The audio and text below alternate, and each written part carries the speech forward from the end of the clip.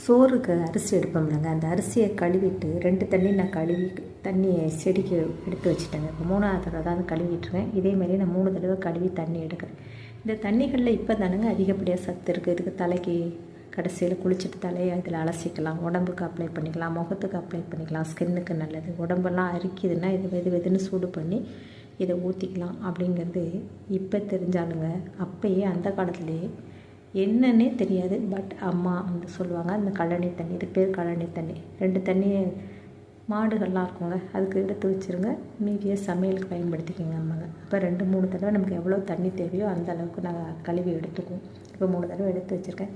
இந்த தண்ணியில் நாங்கள் பருப்பு வேக போடுவோம், ரசம் வைப்போம், அதுக்கப்புறம் இந்த புளி ரசம், வெந்தய ரசம்னு சொல்லுவாங்க, அது வைப்போம், மீன் குழம்பு, அடுத்து கருவாட்டு குழம்பு, கறி குழம்பு, சிக்கன் குழம்பு, மட்டன் குழம்பு, இந்த மாதிரி. அதை கறி குழம்பு, மீன் குழம்புங்கிறது சிக்கன் மட்டன் சொல்லிவிட்டேன்.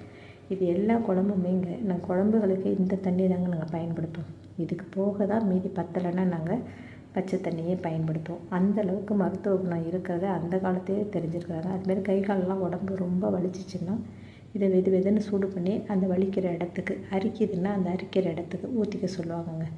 அப்போ அவங்களுக்கெல்லாம் எப்படிங்க இந்த விஷயங்கள்லாம் தெரிஞ்சிருக்கு? நம்ம இப்போ நிறைய படித்து தெரிஞ்சுக்கிறோம். அந்த காலத்தில் படிக்காமையே அவங்களோட அனுபவ அறிவில் இத்தனை விஷயங்களை தெரிஞ்சுருக்காங்க. எங்கள் அம்மா வீட்டில் இந்த கடலை தண்ணியை நாங்கள் நிறைய சமையலுக்கு யூஸ் பண்ணியிருக்கோங்க. இந்த வீடியோ பிடிச்சி